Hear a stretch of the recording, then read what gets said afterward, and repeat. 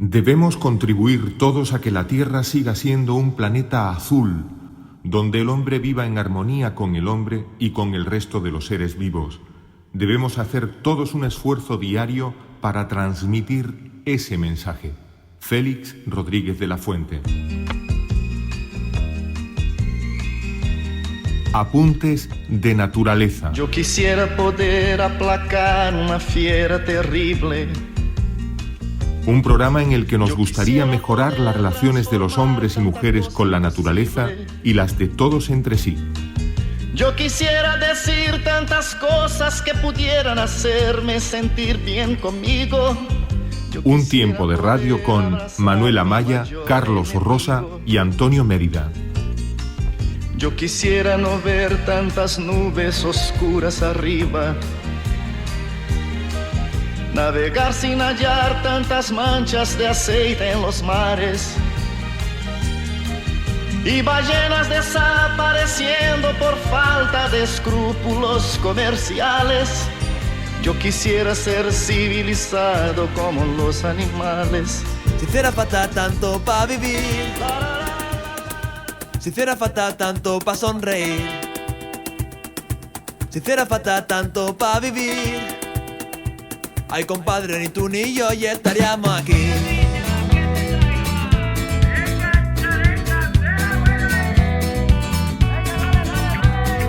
Cuánta gente engañada buscando ser una cortada, no comerse una fachada socialmente respetada, es su camino y va a acabar contigo. Amigas, amigos, bienvenidos a Punta de Naturaleza, un programa de Radio Marchena para la onda local de Andalucía. No te das cuenta, retroalimenta, demasiado tarde cuando... ¿Qué tal, Carlos? Hola a todos y todas, un día de radio, un día fresquito ya, se nos termina noviembre y esto va que se las pela. Sí, tenemos una ola de frío que recorre Europa y que, claro, nosotros somos Europa, aunque seamos los últimos, ¿no, sí. Manuel? ¿Qué tal, Manuel? Hola, Antonio, Carlos. Los últimos por abajo, me refiero. Somos el súper. Geográficamente, no vayamos aunque nos consideren algunas veces más africanos que otra cosa, pero bueno. Ceuta y antiguamente estaba incluso el Sahara. A mí los fríos estos no me van bien. Sí, mucho frío, pero bueno, parece que va que estamos en noviembre, que va a ceder un poco porque la ola pues va a mermar.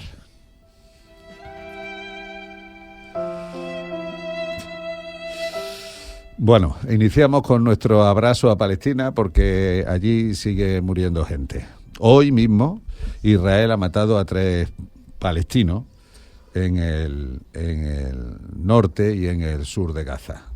Y hoy le vamos a poner nombre porque 2 jóvenes han muerto en un ataque con drones israelíes contra una aglomeración de personas en la zona de Bani Sudaila, al este de Jan Yunis.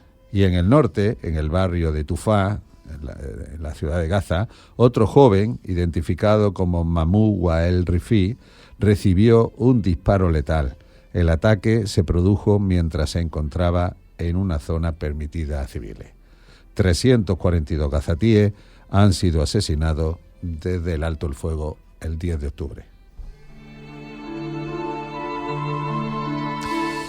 Y bueno, destacamos como gran noticia de esta semana la finalización de la COP30, que ahora Carlos nos va a detallar, pero como entrada decir que, no sé, Carlos, que nos va a contar, pero yo tengo aquí un titular, que dice... sorpresa porque está todo ya en los medios de comunicación. La presidencia brasileña no consigue sacar adelante un acuerdo ambicioso ni lanzar una hoja de ruta por el fin de los combustibles, del abandono de los combustibles fósiles. Eso ya se esperaba. O sea que... Eso se viene esperando desde muchas cumbres, ¿no? No suena esta muy... en concreto, después de todo lo que hablamos la semana pasada, del bloqueo de Donald Trump, que ha desmantelado todo lo que es la ayuda al desarrollo, que ha bloqueado los impuestos al transporte marítimo, que ha menospreciado la cumbre, que ha tenido la lindeza. Yo que sé, este hombre ya te pasa de la sonrisa a la gran preocupación, porque nunca sabes por dónde te va a salir. Es decir, que la cumbre y luego es cambia. El mayor engaño jamás perpetrado en el mundo. O sea, así de bruto y así de simple lo deja este hombre caer y lo peor, bueno, ya dejaremos algún día específicamente, y además me gustaría un día centrarnos en este tipo de mensajes porque pienso que es uno de los mayores daños que se está haciendo hoy día contra el medio ambiente. Total, que nos envía representantes y hubo ya una serie de países que continúan la senda que marca Donald Trump, y las decisiones tienen que ser vinculantes para que puedan hacerse. La situación no es especialmente buena y después ya veremos los pocos avances que se ha habido, que eso ha sido el comentario general de toda esta cumbre es los objetivos tan pequeños, pero bueno, vamos a ser positivos, ¿no? Hay uno de los proyectos respecto a la desertificación, el TFF, que también lo comentaremos después, ha sido uno de los mayores, de las novedades que se pueden destacar, y un día le dedicaremos un programa específico a esa novedad, pero ahora veremos un poco qué es lo que ha pasado en esta cumbre. Vamos, que es lo que se esperaba, que tampoco, ya antes de empezar se sabía que andaba muy limitado, porque la mayoría de los países no han presentado el plan que deben presentar de compromisos personales, en fin. Esperar un año para que esto pase. ¿Qué tal, Manuel? ¿Qué nos has preparado? Pues mira, hace poco el CEO BitLife presentó un informe que lleva por título El estado de las aves de España 2024. Lo presentó en unas jornadas ornitológicas también hace poco, el 19 de este mes. Y nada, pues habla de la situación de la avifauna en este país y es que no mejora. Habla un poco de distintos hábitats, desde el agrícola al urbano. Hace referencia también a distintos programas con los que trabajan, el SACI, el de invierno, el SACRE, el en primavera, el Noctua, el Migra, son programas de seguimiento. Y nada, y confirma eso, que la situación de las aves aquí en nuestro país pues va mal. Pues vaya plan. Pues este es el plan. Vaya plan, ave. Se ve por la mañana es el plan que hay. Las grandes bandas de aves migrando. Bueno, más son que un siempre espectáculo, ¿eh? No, yo creo que serán flamencos o algo así, ¿no? Por las mañanas aquí en el pueblo, las grajillas. No, es más grande. Más grande, pues, hombre, ya es tiempo de que estén las grullas por aquí también. Algo, Y ahora que ha llovido, las lagunas estas de la Antejuela le permiten de pasar la noche con cierta garantía para quedarse, vaya. Bandada grande. El otro día me quedé... Las que han sobrevivido a la gripe aviar, ¿no? Porque grullas han muerto unas pocas. Sí, pero hay ¿no? Hay miles. Pues menos mal. Más vienen por aquí. Pues menos mal.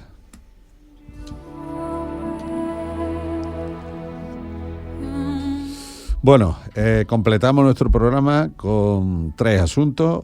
Ecos de la Tierra, 40 años contando en Apunte de Naturaleza el latido del mundo. Hoy le va a poner Eugenio Pareja, con su acento canario. Nos va a leer la noticia ocurrida el año pasado, en 2024. El descubrimiento de 27 nuevas especies en Perú. Algo realmente increíble, de nuevas especies animales y vegetales. Y la opinión que hoy la hemos extraído del diario digital econoticias.com y que lo firma Sandra MG, y que titula Ucrania exige 43.000 millones a Rusia por el daño climático causado por la guerra. Y cerramos nuestro programa con la colaboración de nuestros oyentes, en este caso una oyente, Lola Hernández, que nos lee un fragmento de la obra de Pablo Neruda, Solo el hombre. Vamos.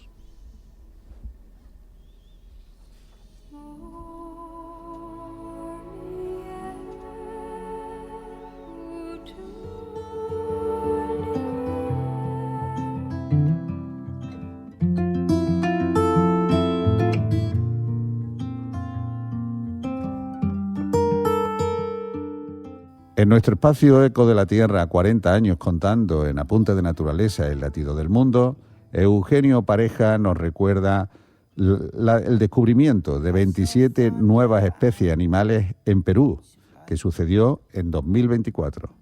Wind comes howling through Descubiertas 27 nuevas especies animales en Perú.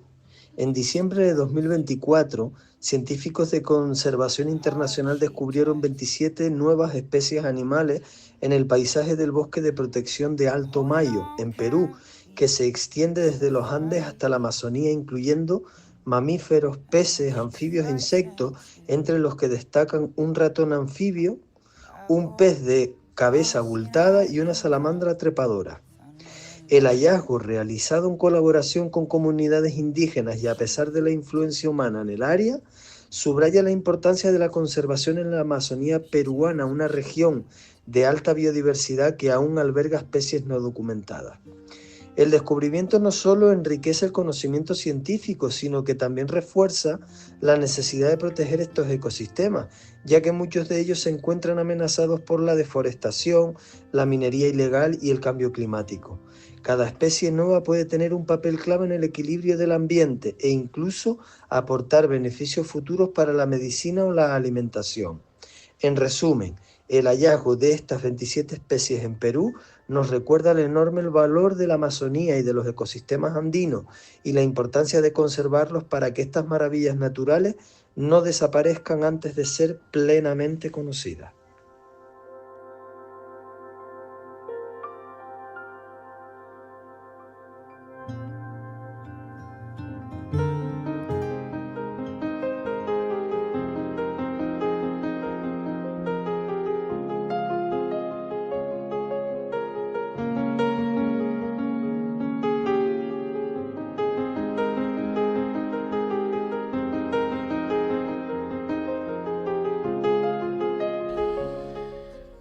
Ucrania presentó en la cumbre climática de la COP30 en Brasil, un reclamo internacional dirigido a Rusia para exigir 43.800 millones de dólares por los daños ambientales derivados de la invasión militar que se inició en 2022. La demanda fue dirigida a representantes internacionales y se basa en la resolución de la Asamblea General de las Naciones Unidas de noviembre de 2022 que instó a la reparación por agresión ilegal. El pedido señala que la guerra generó 237 millones de toneladas de dióxido de carbono adicionales, comparable a las emisiones anuales conjuntas de Austria, Bélgica e Irlanda, según la plataforma internacional IGGAW, respaldada por los gobiernos europeos y expertos en contabilidad de carbono. Las enormes cantidades de combustible quemado, bosques incendiados, edificios destruidos, el cemento y el acero utilizados, todas estas cosas son esencialmente carbono de conflicto y tiene un costo climático considerable.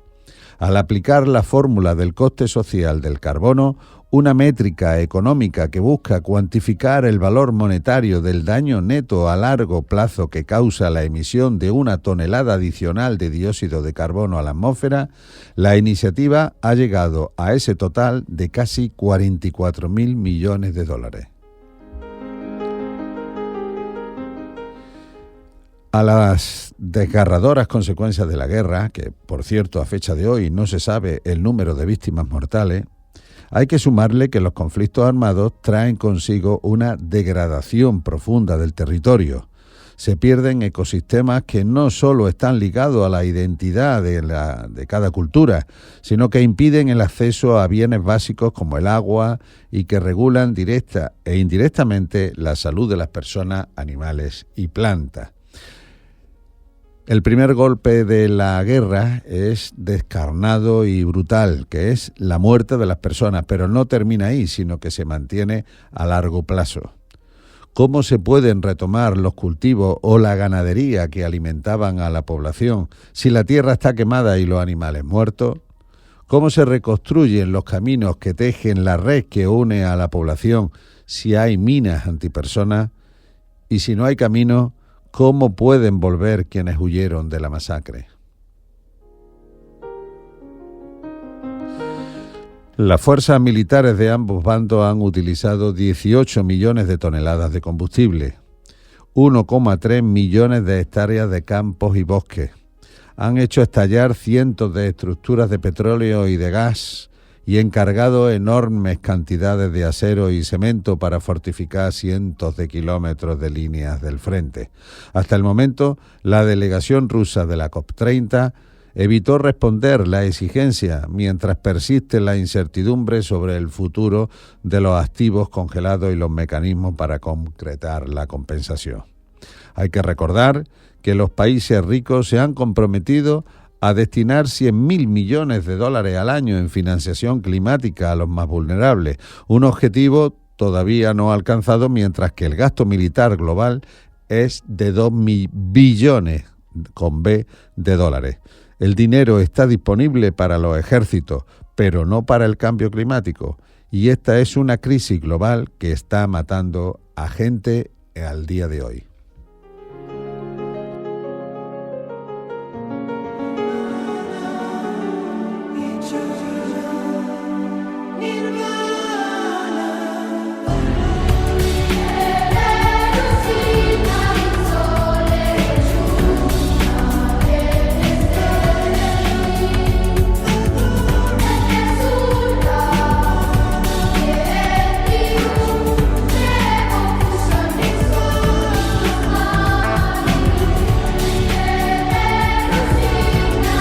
Bueno, como ya la semana pasada dedicamos buen tiempo a explicar lo que son las conferencias, las partes de esta conferencia de la Tierra, que esta es la 20, llevamos 20 años ya porque se celebra anualmente, y la verdad algunas han sido más o menos prometedoras, muchas intenciones, pero los avances vemos que van muy lentos. Ya hablamos del año pasado, la semana pasada, de lo que ha dicho, la problemática de Trump y algunos conceptos como era la ambición climática, esos objetivos que tienen que ser ambiciosos, cómo se financia la financiación climática y sobre todo la justicia climática, que es un concepto que nos tiene que ir entrando en la cabeza, porque todas las decisiones que se vayan tomando tienen que tener una base de derechos humanos. Derechos humanos que son los centrales a la hora de tomar decisiones. Nos plantamos en una COP en la que los países tenían que llevar los deberes hechos, deberes en plan de un plan que se presenta a cada país, con cuál va a ser su contribución para cumplir los acuerdos de París, y este plan solamente lo han llevado 70 países. Como decía Antonio, y como es el comentario general de la COP30 de Brasil, es que ha habido muy pequeños avances. Las metas climáticas están totalmente fuera del alcance. No ha habido acuerdos, y los acuerdos han sido simbólicos prácticamente, ¿no? Hay varias situaciones, y abarcamos dos situaciones principales. Por un lado, la fundamental, la que es el principal motor de problemas de cambio climático, que es las emisiones que emiten los combustibles fósiles, que está más que comprobado por la ciencia. Esta transición que se habla, este cambio de la base de combustibles fósiles a combustibles a renovables, está todavía muy en pañales. Apoyo de pocos países, no hay una hoja de ruta marcada, no se logra acordar menciones directas a la transición. En fin, no es que no haya nada, pero la verdad es que la ambición es muy poca, y los resultados pues van muy lentos para lo como debería estar. Otra de las cuestiones importantes es el fin de la deforestación como otro problema serio de nuestro planeta. Y aquí sí hubo un nuevo proyecto que ya hablaré después, en el que hay más países a favor, son 90 países los que estaban a favor, que faltó, que ojalá hubiera sido el total consenso de todos los países, en una voluntad política para erradicar el gran lacra que tenemos con la pérdida de masa forestal en el planeta.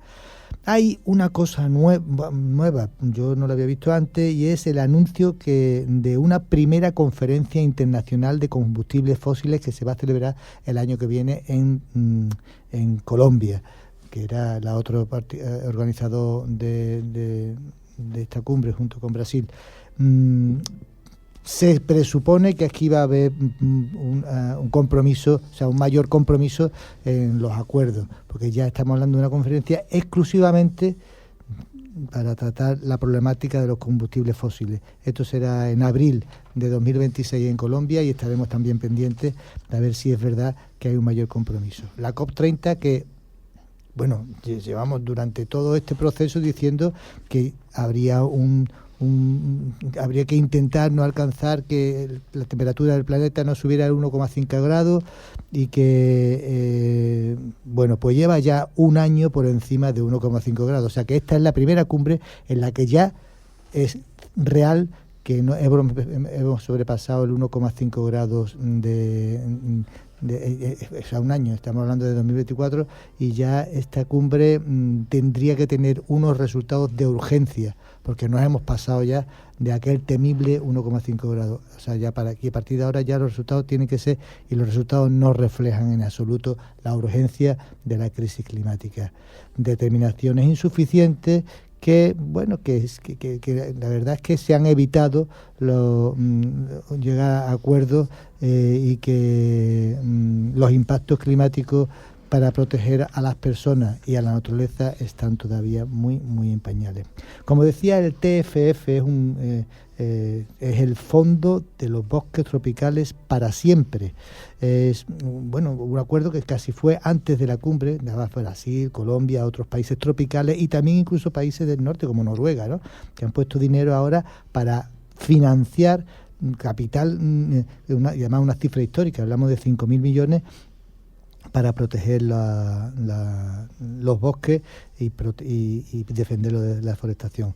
Esta firma está programada para principios de 2026.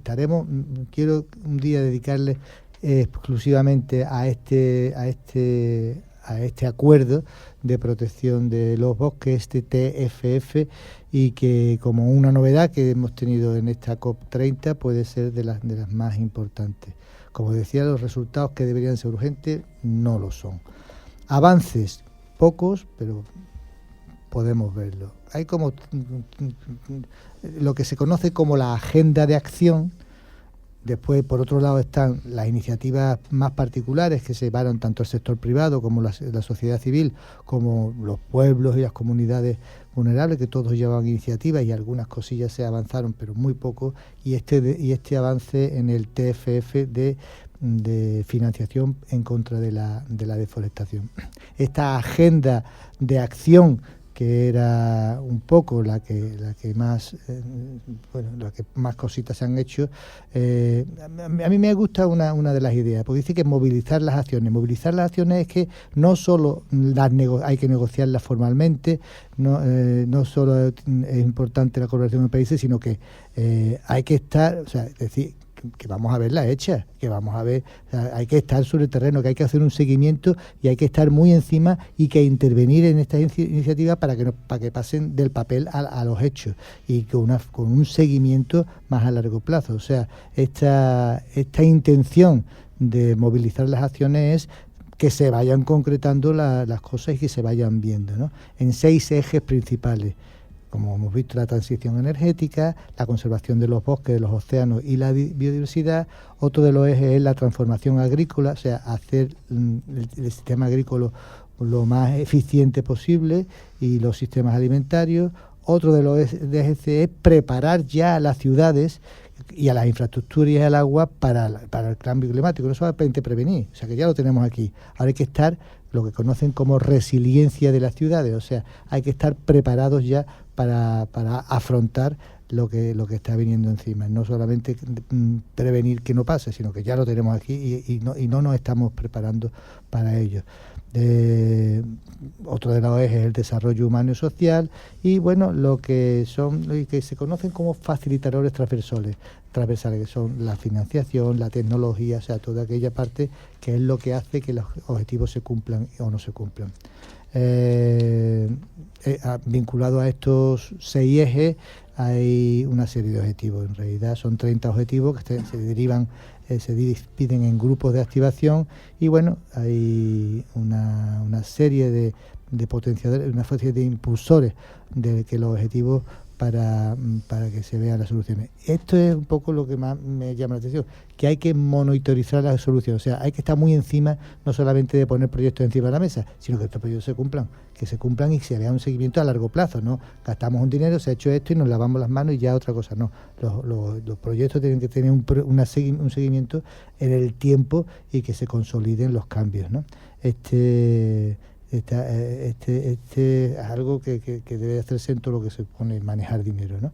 Enfoque social y de equidad, que hablamos ya la otra vez, que era la base de no dejar a nadie atrás y de que haya siempre un acuerdo pensando en los más vulnerables y como decía, que la acción climática comience y termine en las personas, ¿no? Incorporar más al sector de mujer, al sector de jóvenes y, por supuesto, a las comunidades más vulnerables, ¿no? Construir los objetivos de este desarrollo sostenible, son los ODS, ¿no? Que son los objetivos de desarrollo sostenible, en base a lo que hablamos la semana pasada, de la justicia climática, es decir, en base a la pobreza, en base a la desigualdad, tanto de género como de raza, como desigualdades estructurales, en fin, las condiciones socioeconómicas, un poco buscar la igualdad en este desarrollo, en esta justicia climática. Brasil incorporó el ODS 18, que se llamó igualdad étnico-racial, que era un poco darle más importancia, resaltar lo que era la idoneidad de tener en cuenta la diversidad de los pueblos indígenas, de la inclusión social, en fin. La cuestión es que de este papel hay que pasarlo a verlo en estos ODS, estos objetivos de desarrollo sostenible. Estos planes se marcan de manera quinquenal, o sea, cada 5 años, y hay que estar muy pendientes de ello, hay que alinear estos esfuerzos, ahora mismo estamos hablando de 2025-2030, para que tanto los gobiernos como las empresas como las comunidades vayan cumpliendo estos objetivos a corto plazo, a 5 años, ¿no? Asegurar que estas acciones que no sean solo puntuales, como decía, sino que sean coherentes y, insisto, que haya un seguimiento, que el dinero tenga un seguimiento, que tenga sobre todo transparencia, porque en tanto dinero hay que tener transparencia y que se vayan rindiendo cuentas continuamente del dinero. Los compromisos de la COP30, como hablamos respecto a la financiación climática, que era otro de los conceptos que hablamos la semana pasada, hay un paquete de 1,3 billones de dólares al año hasta 2035 para la acción climática. Podría ser más, pero este es lo que hay. Ya hablé la semana pasada de que se había triplicado el tema de financiación, se va a duplicar hasta 2025 y se ha triplicado hasta 2035, es decir, pasa de 100.000 millones a 300.000 millones. Hay una crítica por ahí por parte de la ONG de que es muy poco dinero. A pesar de que se ha triplicado, ¿no? Se habla también de que los fondos sean operativos, o sea, que se pueda que se tengan en cuenta todas las pérdidas y los daños de reposición de estos fondos. Esta otra iniciativa, que es la iniciativa FINI, que se llama, que es un poco convertir los planes nacionales en proyectos financiables. Es decir, que los planes estos, que están muy bien hechos a grandes rasgos,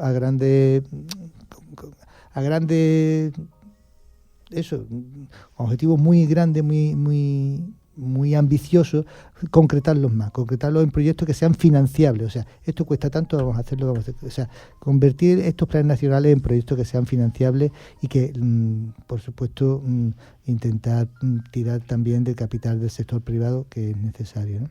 La transición energética en la industria, que es convertir las industrias en que sean también bajas en carbono, que se ha cuadruplicado el uso de combustibles, que sean para 2035 se intenta que la gran mayoría, o sea, que los combustibles los combustibles sostenibles, sean los que sustenten las empresas.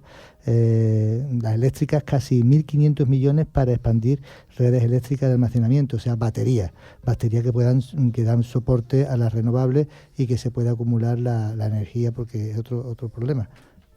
Mucho de la energía renovable se pierde. Se hizo una declaración sobre la industrialización verde y la fabricación en fábricas que sean bajas en carbono, en la tecnología, las cadenas de montaje, suministro, etcétera. Otro apartado también se habló de salud y adaptación climática, o sea, adaptar los sistemas de salud al cambio climático.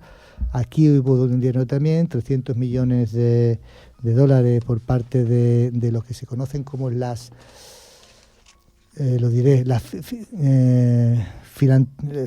ejes filantrópicos, es decir, las fundaciones como la Fundación Rockefeller, como IKEA, que han puesto 300 millones para potenciar temas de salud.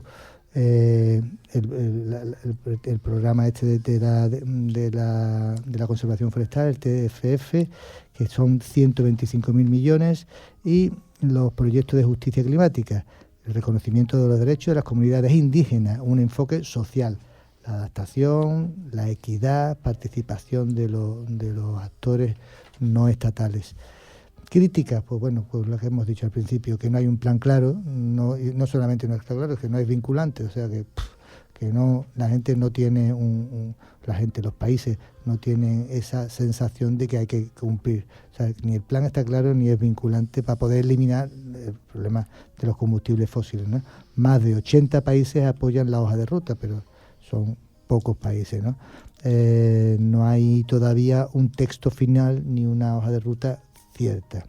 Las ONG pues se quejan, estamos hablando de 350 organizaciones no gubernamentales que pertenecen y participan en la COP. Critican que no hay plazo, que se habla de cosas pero no hay plazos claros, que no existe una ruta real y que estamos hablando mayormente de papeles y el compromiso no existe, un compromiso vinculante firmado. La financiación, aunque se ha aumentado, la MODEC se había triplicado en algunos momentos, que no es suficiente para muchos países vulnerables, que necesitan una serie de compromisos, tanto para el presente como para el futuro. Es que la tensión aparte de la cantidad de dinero, es cómo hay que repartir el dinero y de qué forma. Y ahí los países es donde se están perdiendo un poquito en muchísimos aspectos.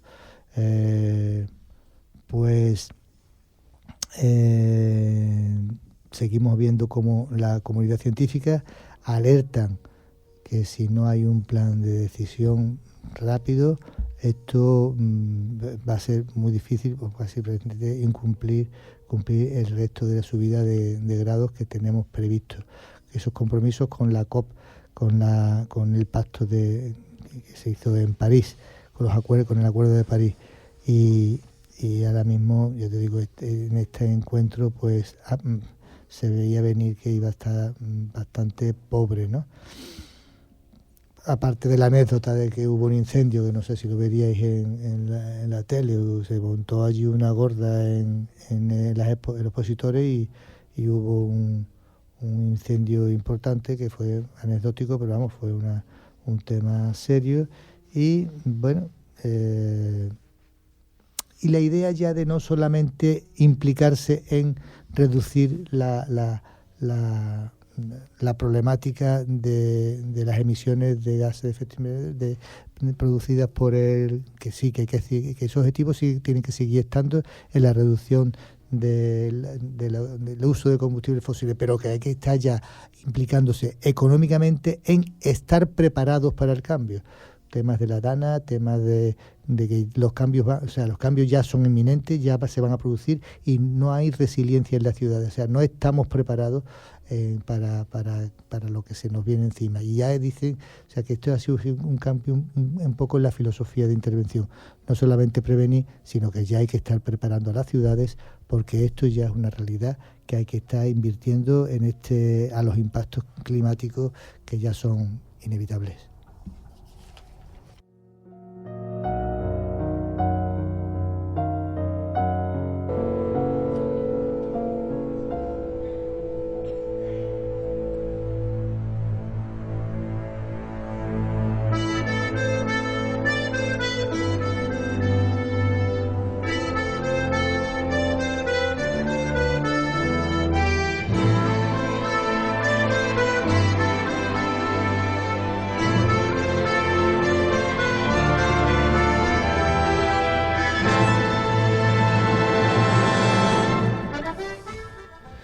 En un contexto marcado por el cambio climático, la pérdida de hábitat y eventos extremos como los incendios forestales de este último verano, la situación general de las especies en el Estado español no mejora. Así aparece en un completo estudio de SEO BirDLife que recoge los últimos datos de sus programas de seguimiento. El informe, que lleva por título El estado de las aves de España 2024, que esta organización, SEO BirDLife, presentó el pasado 19 de noviembre en su jornada ornitológica 2025, muestra el conocimiento más actualizado sobre la situación de la avifauna del país. El documento recoge los resultados de los trabajos realizados durante el año pasado en los programas de seguimiento, censos nacionales, programas PACER y Migra, revisión de IVA y del libro rojo de las aves, así como los logros de los diferentes grupos de trabajo de SEO BirDLife, haciendo una radiografía precisa del estado de conservación de estas especies. Los programas de seguimiento SACRE, que se realizan en primavera, SACIN, que se hace en invierno, Noctua, referido a las aves nocturnas, basado en ciencia ciudadana, evidencian una caída generalizada de las poblaciones de aves. Las nocturnas presentan el peor estado de conservación, encontrándose más de la mitad de ellas en declive y ninguna en aumento. En primavera, el 43% de las especies presenta declive de sus poblaciones con respecto a 1998. Afortunadamente, en invierno aparece una situación que no es tan crítica, estando el 66% de las especies en situación estable o favorable. Muchas especies ampliamente distribuidas y con alta presencia en las muestras presentan tendencias negativas. Un ejemplo, el gorrión común, con más de 1.000 muestreos en primavera y más de 800 en invierno, evidencia un declive moderado en ambos periodos. Lo mismo ocurre con el vencejo común, el serín verdecillo, chamarín, el jilguero europeo, todos ellos con abundante presencia y tendencias descendentes. El análisis conjunto de todos estos datos por hábitat revela que las aves de medios agrícolas y arbustivos son las que presentan mayores signos de regresión, especialmente durante la primavera, cuando las poblaciones muestran descensos sostenidos. En invierno, aunque algunas especies agrícolas experimentaron recuperaciones puntuales, la tendencia general también es negativa. Por el contrario, los hábitos forestales destacan por una evolución positiva en primavera, con poblaciones en crecimiento, mientras que en invierno se observa una mayor variabilidad, sin llegar a unos valores más preocupantes. Respecto a los entornos urbanos, las aves aquí muestran una notable capacidad de adaptación. Sus poblaciones se mantienen relativamente estables o en ligero aumento en primavera, y aunque en invierno se detectan oscilaciones más marcadas, no se evidencian caídas prolongadas.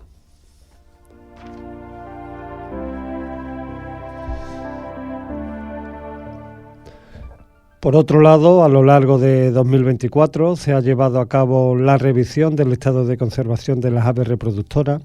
Se trata de una actualización parcial del libro rojo publicado en 2021, dado que este incluye las poblaciones invernantes, y con toda esta información aún pendiente de publicación, pero sí introduce numerosos cambios procedentes en su mayor parte de un empeoramiento de la situación de la población y en algunos casos de un peor conocimiento, en este caso de un mejor conocimiento del estatus de la especie.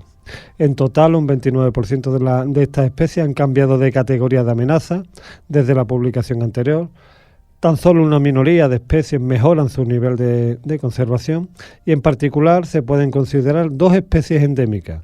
El águila imperial ibérica, que ha pasado de en peligro a vulnerable, o el pinzón azul de Gran Canaria, que reduce su amenaza de críticamente amenazado a en peligro.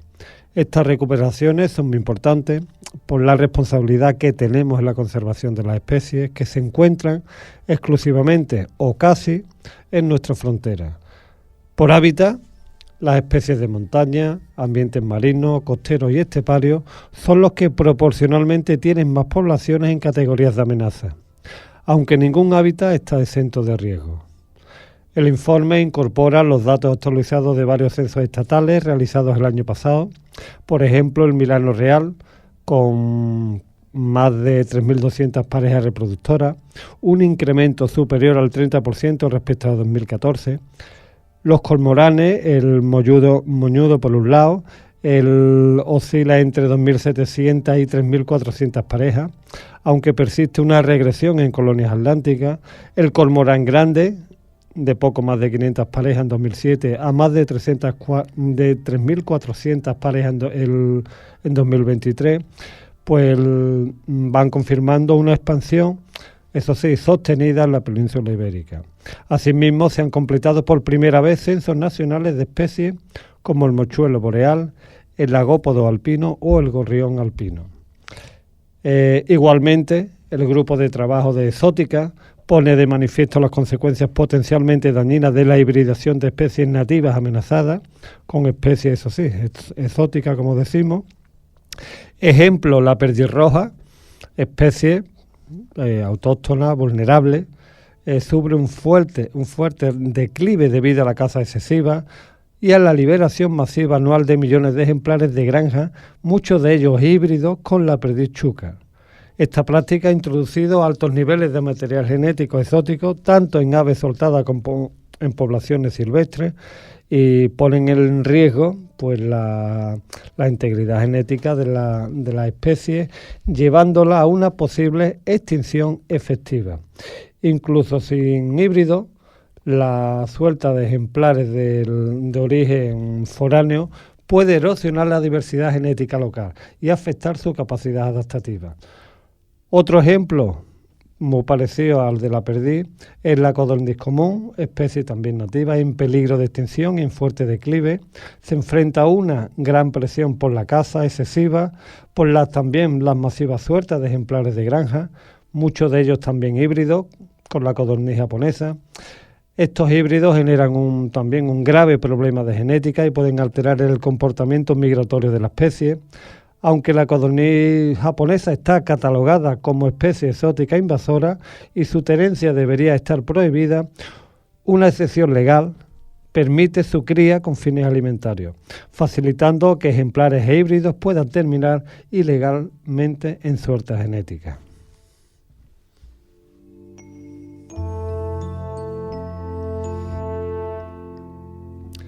Por su parte, el grupo de trabajo de aves raras incorporó 7 nuevas especies al listado de rareza, entre las que se encuentran el papamoscas del Atlas o la garceta piquicorta. La llegada de los restos del huracán Leslie desde Norteamérica permitió la aparición de varios paseriformes llegados desde el otro lado del Atlántico, un fenómeno poco habitual en nuestro país, que se saldó con 3 nuevas especies para la lista de aves. Un pico grueso pechirrosado, un vireo gorge amarillo y una reinita de Tennessee. Los 2 primeros fueron observados en las Islas Canarias y este último en Asturias.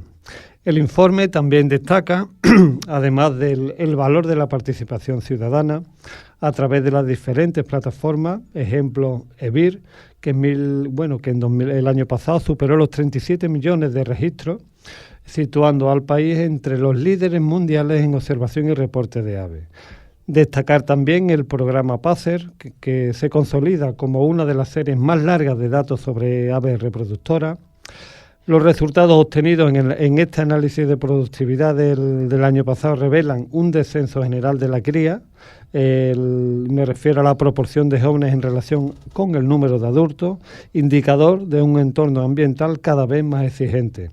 También destacar los avances tecnológicos utilizados en el programa Migra, que siguen revelando con detalle las rutas migratorias y nos dan pistas de las prioridades en cuanto a la conservación.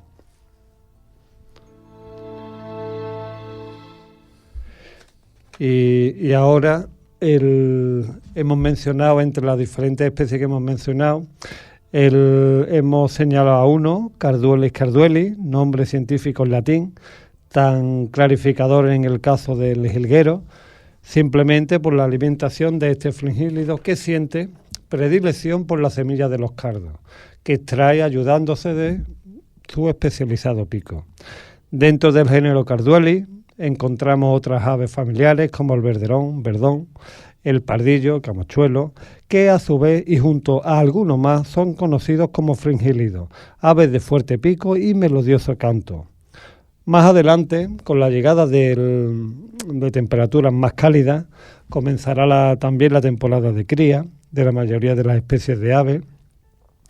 Estas se ponen sus mejores galas para intentar impresionar a la pareja y así perpetuar la especie. En esto, una especie destaca por la belleza de su plumaje y por su armonioso y elaborado canto. Hablamos del jilguero. Y son precisamente estos aspectos lo que lo pone en el punto de mira de los silvestristas. En una situación natural equilibrada, los machos más llamativos se reproducirán engendrando una nueva generación aún más colorida. Pero en realidad, en la que vivimos, esos machos, con su valiosa carga genética, son también anhelos de las personas, por lo que al sacarlos del cada vez menos equilibrado círculo natural, conlleva un deterioro genético que está haciendo que aparezcan enfermedades y males entre los ejemplares libres. Todas las características positivas que hacen al jilguero una especie única son también su perdición, y no es más que por la vanidad humana y tener un pedazo desnaturalizado de vida silvestre en casa. Es triste que el nombre de Carduelis pierda todo su sentido porque ese ejemplar ya no saltará de cardo en cardo, sacando la semilla, y ahora comerá alpiste con vitaminas y agua en un bebedero de plástico. Vivirá bajo techo y puede que de vez en cuando se le saque una ventana, a un patio, y que nos enfademos si un cernícalo se lo come, como si no fuera nuestra responsabilidad que esté en una jaula sin poder escapar. De esta manera damos un mensaje equivocado de que la belleza pues debe estar enjaulada cuando, en vez de todo lo contrario, en vez de estar en el campo. Y todo esto es tan desastroso que la justicia tuvo que actuar. Europa lleva años sancionando económicamente al Estado español por no controlar la caza de fringílidos y gracias a eso desde mayo de 2018 está totalmente prohibida esta práctica en nuestro país. Eso ha disminuido bastante la captura, pero sigue habiendo furtivos. Es penoso tener que multar. La ley 42/2007 del Patrimonio Natural y de la Biodiversidad, con multas que van desde 6.000 euros en adelante, para que la gente entienda el valor de nuestro patrimonio natural y no baste con recurrir al sentido común y el respeto por nuestro mundo silvestre. Pero si esa es la solución de multar, pues para adelante. Y ahora pues vamos a disfrutar escuchando a los silgueritos. Con, eso sí, trabajo del ya amigo Carlos de Ita y con su voz inconfundible.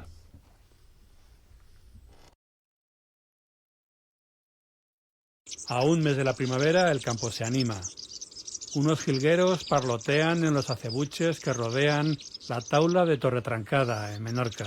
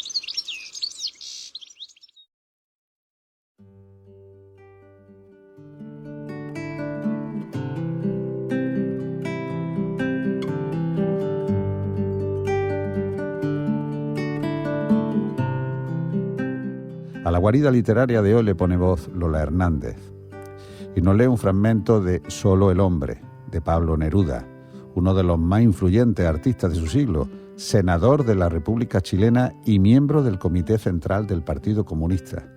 En 1971, Neruda recibió el Premio Nobel de Literatura por una poesía que con la acción de una fuerza elemental da vida al destino y los sueños de un continente. Yo atravesé las hostiles cordilleras, entre los árboles pasé a caballo. El humus ha dejado en el suelo su alfombra de 1000 años. Los árboles se tocan en la altura, en la unidad temblorosa. Abajo, oscura es la selva. Una gran hoja que cae y mi caballo pisa blando lecho del árbol dormido. Pero bajo la tierra los árboles de nuevo se entienden y se tocan. La selva es una sola raíz bajo la tierra. De pronto un árbol ocupaba el camino como si hubiera echado a andar. Y allí estaba, grande como 1000 hombres. Yo salté el árbol, lo rompí con el hacha, acaricié sus hermosas hojas como manos. Toqué las poderosas raíces que mucho más que yo conocían la tierra. Yo pasé sobre el árbol, crucé los ríos, la espuma me llevaba, las piedras me mentían. El aire verde atacaba mi frente y quemaba mi pestaña. Yo atravesé las altas cordilleras porque conmigo un hombre, otro hombre, un hombre iba conmigo. No venían los árboles, no iba conmigo el agua, ni la tierra espinosa. Solo el hombre estaba conmigo. No las manos del árbol hermosas como rostro, ni las graves raíces que conocen la tierra me ayudaron. Solo el hombre, no sé cómo se llama, era tan pobre como yo, tenía ojos como los míos, y con ellos descubrí el camino para que otro hombre pasara. Y aquí estoy, por eso existo. Creo que no nos juntaremos en la altura, que bajo la tierra nada nos espera, pero sobre la tierra vamos juntos. Nuestra unidad está sobre la tierra.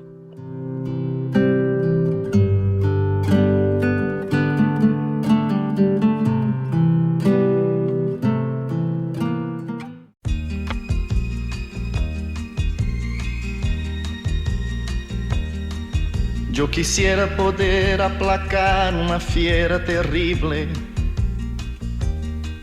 Yo quisiera poder transformar tanta cosa imposible. Pues con esta obra de Neruda despedimos el programa de hoy. Un programa que ha sido posible porque anduvo en el control técnico Fran Lora y aquí en los micrófonos en nuestra mesa Manuela Maya, Carlos Rosa y Antonio Mérida. Tantas nubes oscuras arriba. Os emplazamos hasta la próxima semana, que seguramente estaremos de nuevo aquí con vosotros. Hasta entonces, queridos amigos y amigas, que lo paséis muy bien y gracias por oír la radio. Y ballenas desapareciendo por falta de escrúpulos comerciales. Yo quisiera ser civilizado como los animales. La, la, la.